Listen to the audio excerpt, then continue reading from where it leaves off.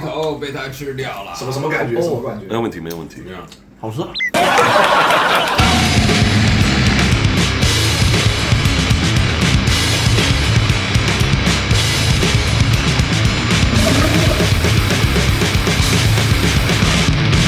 What's up? It's Andrew from the band Ripped to Shreds. Today we are on an overnight express to Chongqing, and we are going to look at what it's like to tour China as a one-man gore grind band. Probably one of the first things that you think about when you think about China is government censorship. So how do you bring a band like Teen Fucker, for example, to China and play a legal show? In order for shows to be legal here, you need to submit to the local government your band name, your songs, your song titles, your lyrics, and make sure it's all approved and socially harmonious. You just kind of fudge it. You know, for Gore Grind, of course, we don't have lyrics. I actually did not need to submit them this time. So you abbreviate things, change some names that are a little sensitive or whatever. China's got what, 1.4 billion people? My understanding from what everyone told me is that the police just really don't have that much bandwidth to care. If you're one of those bands that have actually come to China before but don't remember this, well, your promoter probably just did it for you. Unfortunately, I do read and speak Chinese a little, so they made me do it. From what I also understand, there's some kind of cultural exchange program going on between Beijing and Sweden and Norway and the Nordic countries, and it's through that bands like Arch Enemy or Mayhem come to China. There's like some kind of government assistance, so I actually am not quite sure how much scrutiny there is about whatever they're singing about. Basically, the attitude seems really lax to me. Something that I was concerned about, because I've been asked a lot to bring RTS to China, is the visa issue. My parents are Taiwanese. Some of the band members I would bring are also Taiwanese. I was worried about, you know, visa problems or getting denied or whatever. For me, because my parents are Taiwanese, also known as Republic of China, they wanted like documentation that proved I was American citizen by birth. Otherwise, if I was an ROC citizen, then they wanted me to enter China as a Chinese citizen, something like that.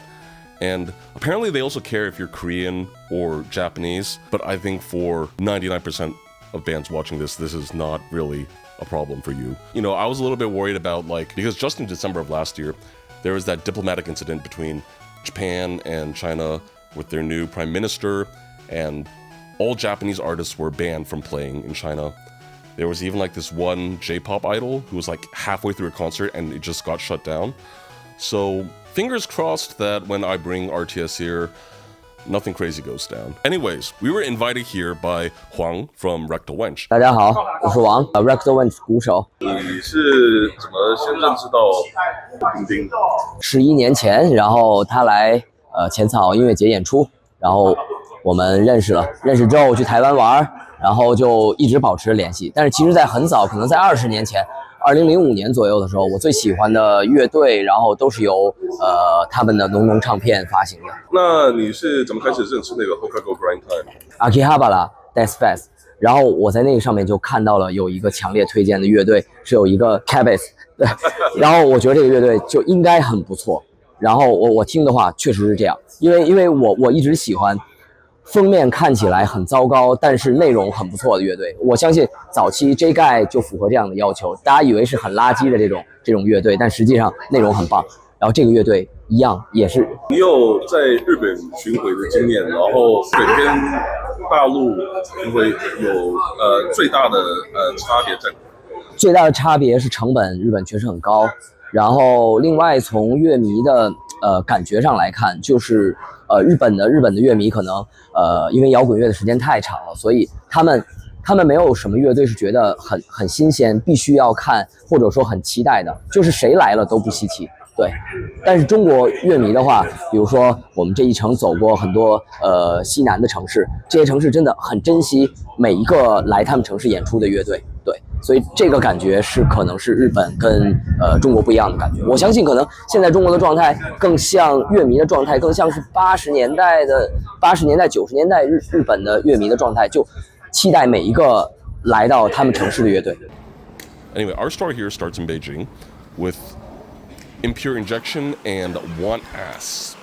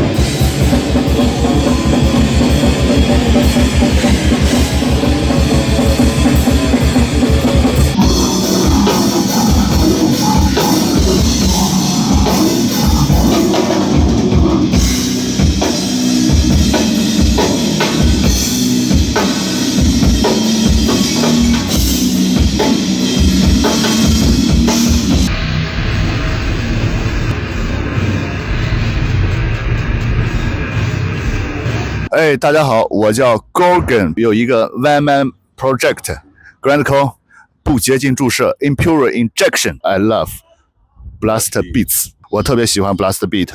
国外乐队的话啊，就是首先是波兰的 Dead Infection， 这是我最喜欢的队，也是给我影响最大的乐队。The Remnant， Cephalotripsy and Disgorge Dying Fetus。Deficit Sanity Broad Queen， 就国内的话，首先就是昨天晚上一起演出的 Want ASS， 还有 rectal wench， 还有 Motivation。你现在是完全靠你的音乐来生活？对，然后在很多年轻的主办方的努力下，就是有很多年轻人已经越来越喜欢就是极端音乐，各种地下音乐。中国大陆的市场演出特别多，其实我演出也很多。就每个月都要去不同的地方演出所以我还挺忙碌的。如果将来有机会，一定要来中国体验美食，不同的文化，还有就是更重要的是，很多的年轻朋友他们真的是越来越热爱极端音乐。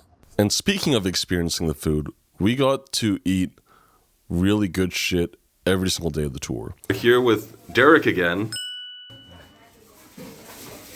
Mark.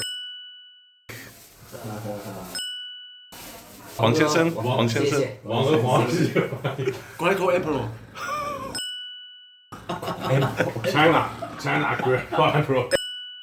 Emperor。 This Peking duck was literally out of this world. So I'm very used to eating what you might call Hong Kong style Peking duck, though I guess it's really Hong Kong style roasted duck. Instead of with these very thin crepe-like pancakes, they serve it with foldable, fluffy batter. Yeah, it's just different. And this was so crispy and juicy. So we're taking the train from Beijing to Chongqing. Touring by bus is not really a thing here. And even if we wanted to drive, it's about 1,100 miles. China is really friggin' big. Something that travelers might not be used to is all the security checkpoints right when you enter a train station like this or an airport. And sometimes the line can get pretty long because you also gotta take all your stuff through the X-ray scanner.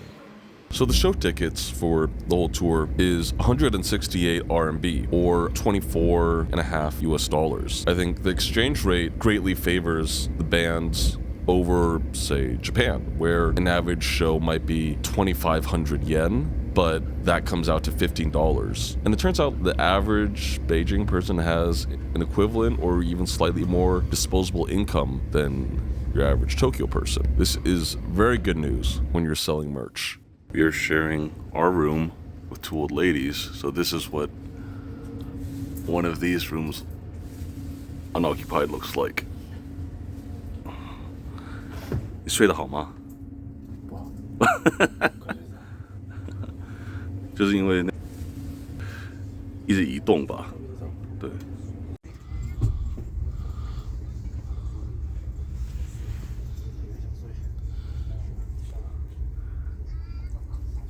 哎，陈宝明，来这上面会舒服吗？还蛮不错的，还不错。对对对，空气很干净。The train ride was 18 hours total. And when we got to Chongqing, we were pretty hungry. So we just stopped at the first place we saw, and it turned out to be amazing. We had 2 days before the next show, so we just spent that time going around sightseeing and doing touristy shit. The view in Chongqing is particularly crazy. And this is Sibati, or 18 steps. It's one of the traditional districts in Chongqing. Honestly, I'm not sure what part of it is 18 stairs because there's a lot. It's a lot more than 18, but it was really cool to walk around. Then we met up with the opening band to have some traditional hot pot. All those videos on TikTok you've seen of them boiling 50 kilograms of beef tallow, this is the kind of hot pot that they make with it. Very spicy, but very good. It used to be considered part of the Sichuan province before some redistricting made it like its own province that directly reports to Beijing. But culturally, they're kind of Sichuanese, though Chongqing people would say that they are Chongqing and have nothing to do with Chengdu or Sichuan. And for lunch the next day, we were recommended to go to this beef noodle soup place. But this is a very different kind of beef noodle soup than Taiwanese people are used to eating. Because this is made of spicy beef fat, the same as they use for hot pot.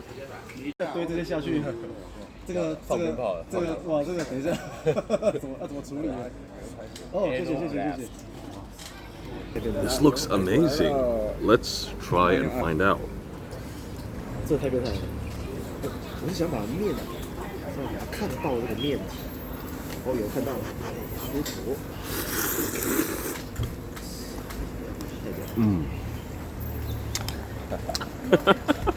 Because we had a couple of days off, Derek wanted to go practice the Mixima set, so we asked the other bands to introduce us to a practice spot. It took us a while to figure out how to turn on the circuit breaker, and we might have totally freaked out the other dude in one of the other rooms that was trying to practice his Mozart. I rarely get a chance to be in the same room as Derek. We took the chance to jam one of the songs from the Hokuko Derek Time flexi disc.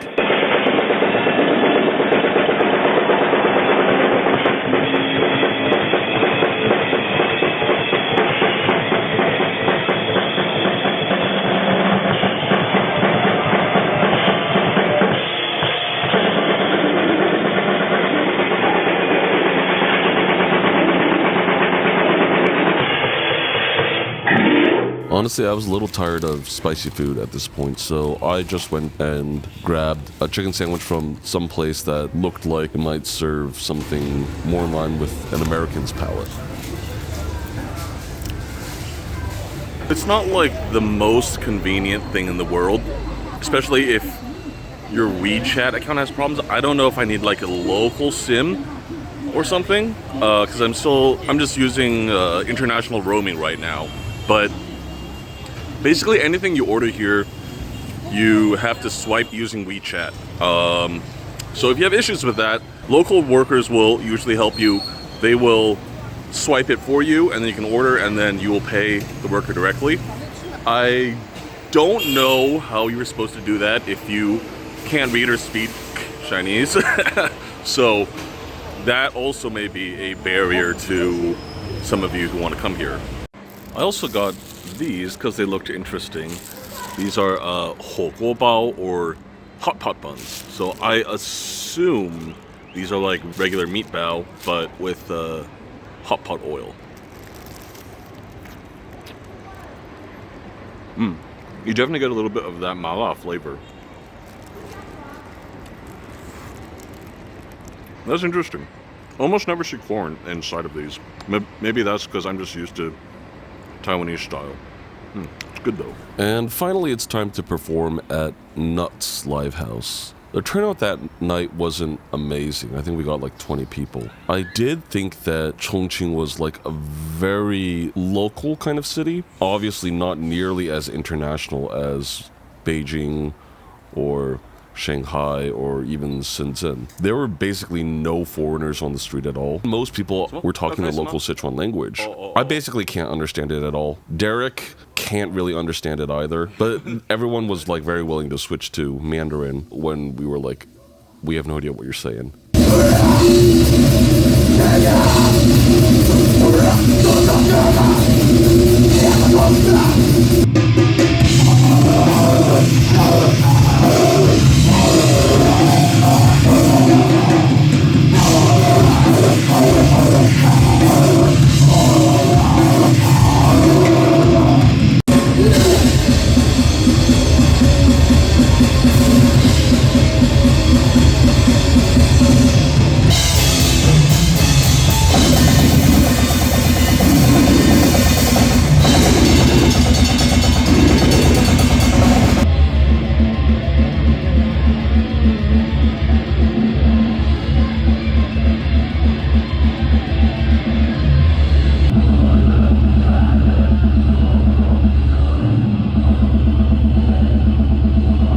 So after the show, we all went for skewers, And the way they do it here is they have everything in refrigerated trays, and you go and pick which ones you want. They'll grill it for you and bring it to your table. And most of it's like pretty standard stuff. A lot of beef cuts, lamb, chicken, sometimes liver, kidney.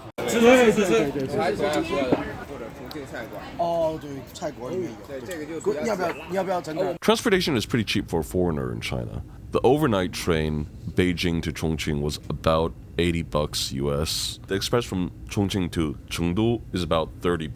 That was like a 2.5-hour train ride. For getting around the cities, we just used Didi, basically China's equivalent of Uber. Your average ride is gonna be like 7 to 15 RMB, or up to like $2.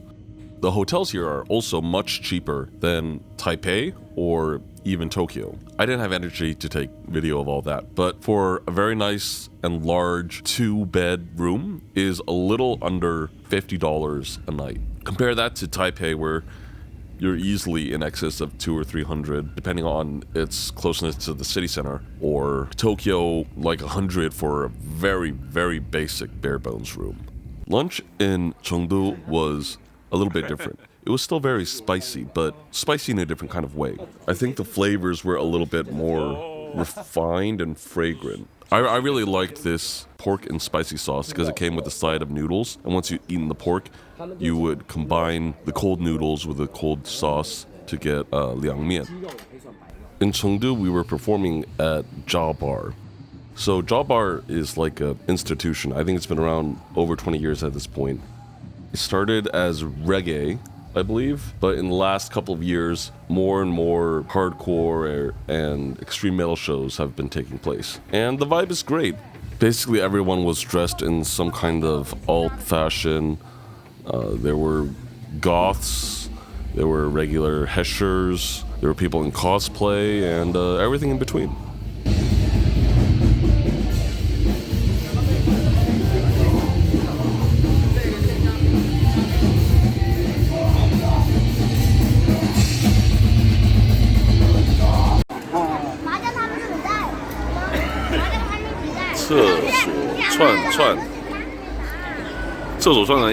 In English, it's toilet skewers.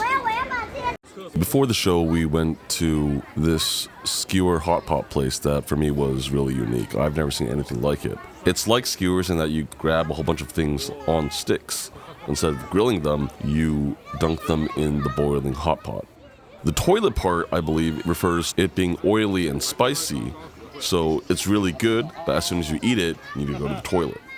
Or so I've been told.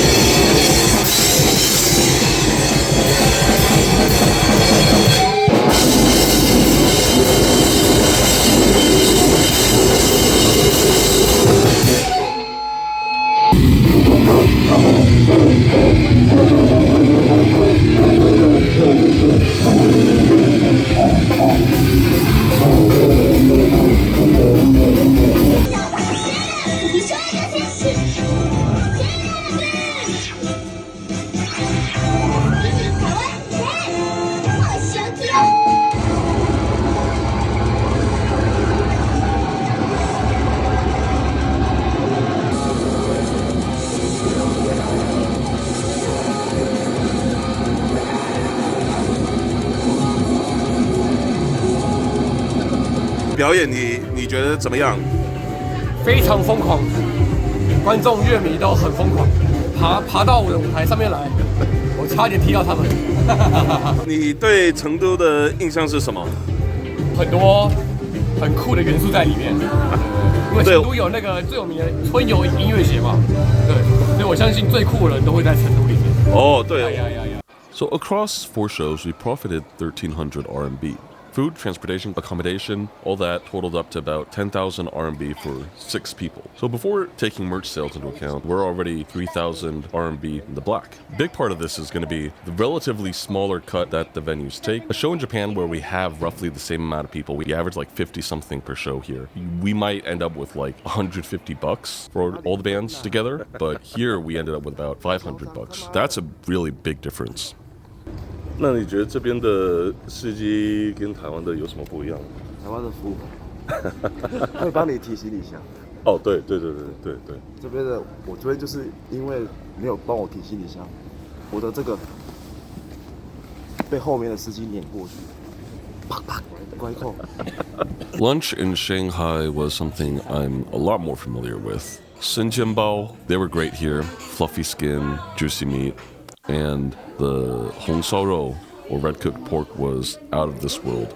And I forgot to get a video of it, but the soup that they had with the Jinghua ham, delicate and flavorful and fragrant, and I'm just getting hungry thinking of it all over again.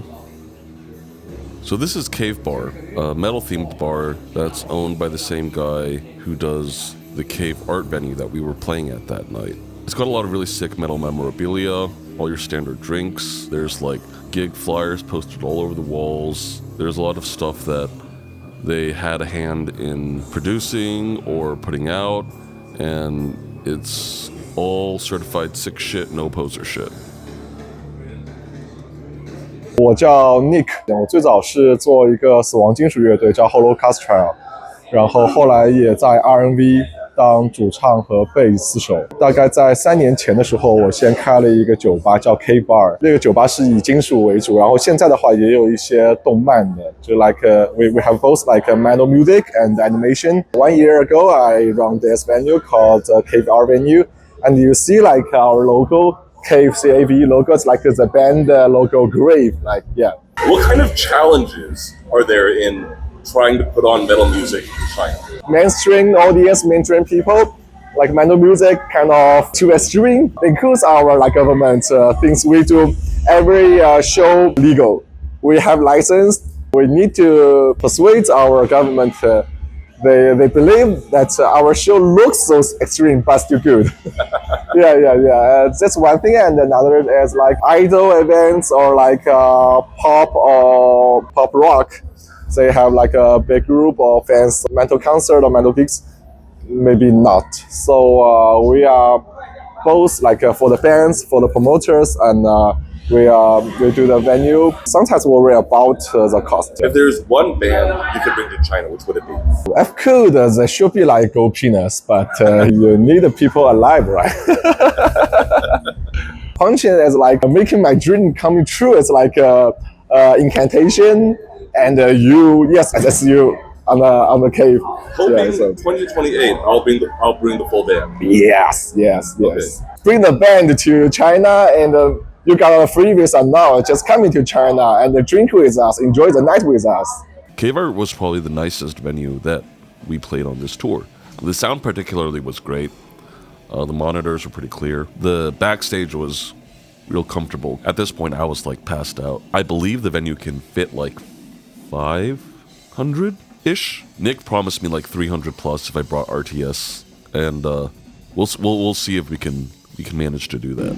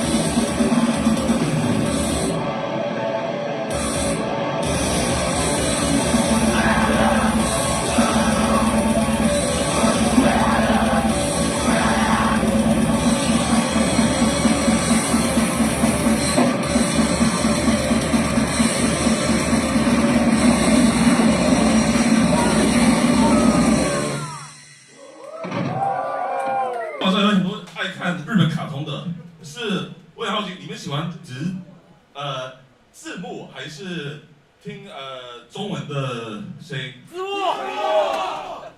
Too fucking bad. This is about jobs over subs. Then, after the show, we all went out for skewers. These were a little bit different because this was a halal skewer shop ran by Uyghur Muslims from Xinjiang, which is actually a different ethnic group than Hui Muslims in China. Hui are actually ethnically Han Chinese, but the Uyghurs are of Turkic descent. In any case, the skewers were awesome. So is it worth coming to China to tour? I would say absolutely yes. If you get an invitation from Huang Records, Pest Productions, or some other promoter here, by all means, come. It's going to be a lot of fun. You get to see a lot of beautiful cities, eat great food, and have some really sick shows with sick audiences. Including my merch sales, which did almost 7,000 RMB, or almost $1,000. But then my flight to China was about 1,500. Almost broke even or lost a little bit of money. But when I think about coming to China, it's an investment, right? Everyone, especially punks, metalheads, we're all like, we dream about going to Japan, we really want to go to Japan, and it's a lot of fun in Japan, don't get me wrong. But the scene there is, it's all graybeards, it's all 50 plus. When we pulled up to Beijing, it was all like barely college-age kids. They're really hungry for foreign bands coming in. Barring some sort of fuckery incidents happening, I think only more and more bands are going to come to China because it's a growing market. And you're going to get left behind if you don't keep up. That's pretty much all I got for today. So as always, eat ass, blast fast, and peace.